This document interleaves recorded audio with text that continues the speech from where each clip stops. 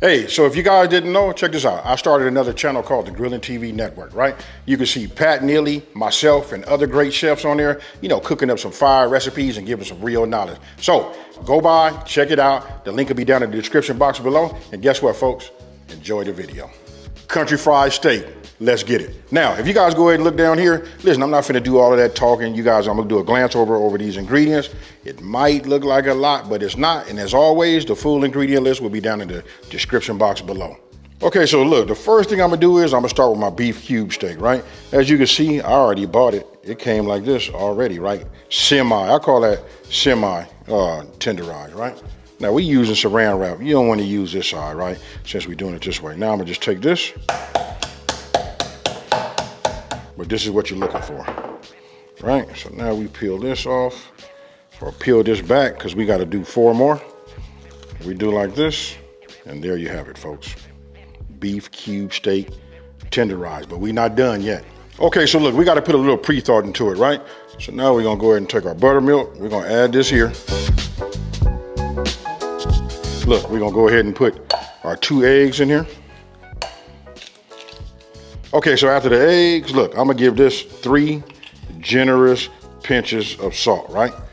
Remember, we finna set up a marinade, right? So get your whisk, go ahead and incorporate.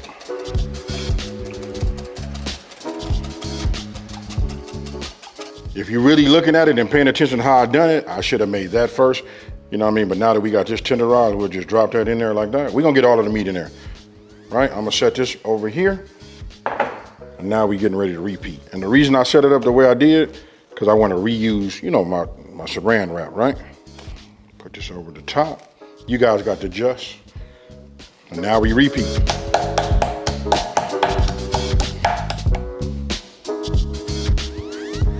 Okay, so then when you have it, you just want to go ahead and cover it with some saran wrap. We're going to put it in the refrigerator.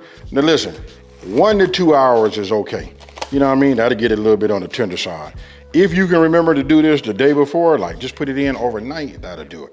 So let me put this in there. I'm only gonna go a couple hours and we go from there. This right here is gonna be my breading station. When you put them all, you measure everything, you put them like this just works, folks.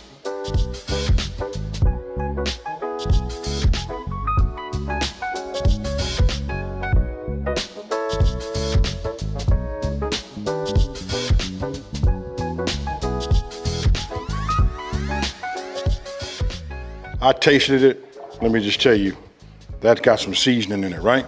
And then if you guys look over here, check this out. I always keep hot, soapy water at the ready, right? Why? Because I want to clean as I go, folks. And now would be a great time for you to go ahead and preheat your oven to 200 degrees. I've already taken out, my cube steak. What I'm gonna do is just let it drip. You just want to get, the excess off, right? That's good there. Now look, we're just gonna go ahead and pour it in just like this.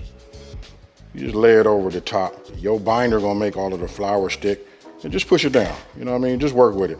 Hey, these are some, enjoy this, because these don't get your hands dirty like the rest, right? Don't be scared of it. Get off as much as you can, and then just go ahead and stage it on a rack, right?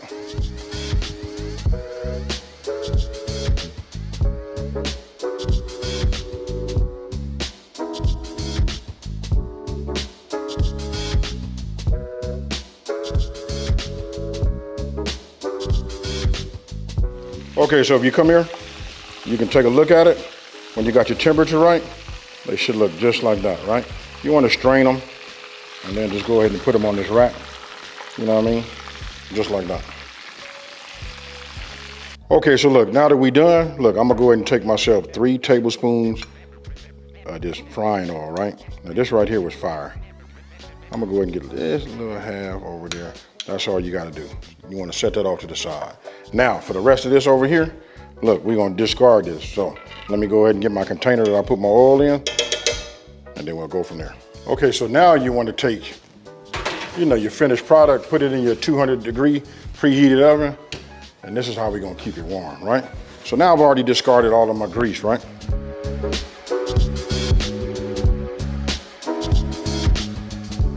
All right, so now we're gonna go ahead and start with just melting our butter, right? I'm gonna add my oil next. Now I'm gonna start adding my flour. Now don't forget, folks, the key thing is to just keep moving this around. You want to keep that your wrist going and this whisk moving. Now, what's key is we want to cook some of that flour taste out, right? It doesn't take long. Put that smile on my face, right? As soon as it hits the hot pan, it should just, the aromatic off of it should just be awesome. Now we got a little bit of our seasoning in here. Now we come with our broth.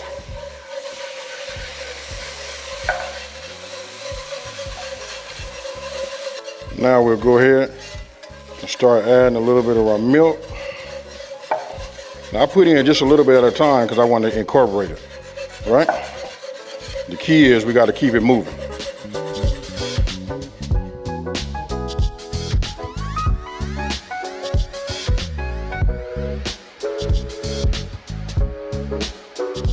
Okay, so look, you want to bring it up to like a semi-boil, like what you see right here. Now I'm gonna reduce this down to a simmer, right? And then I'm gonna keep whisking, but what I'm looking for is a consistency that I like.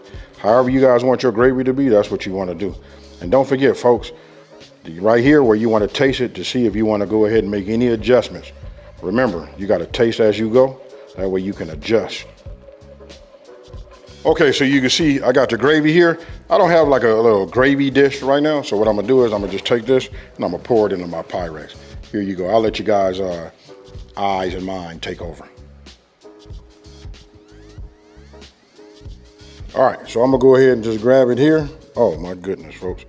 I'm gonna just put it in like that. Remember, it's all about that plating, right? I'm gonna take this one over here that I made like super crispy. Put that over there like that. And guess what now? It's the money shot. Go ahead, cue that music, and let's go.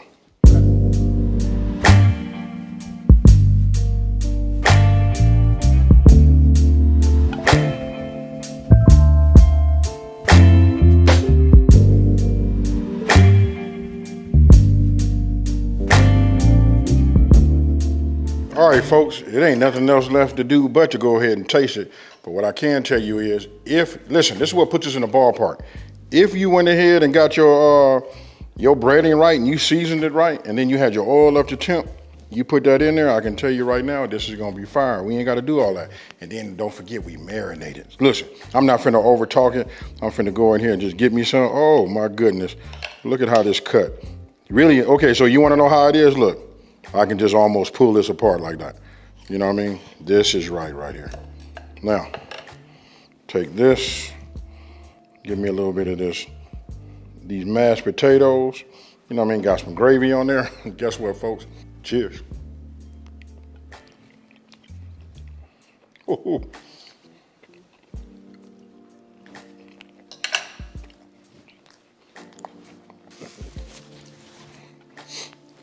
I don't even know what to say. This right here is it. Listen, so those of you guys that go out here and go to these cafes and places like that, you know, even some high-end restaurants got chicken, you know, got the country fried steak. You know, as long as they got that gravy right, it's perfect.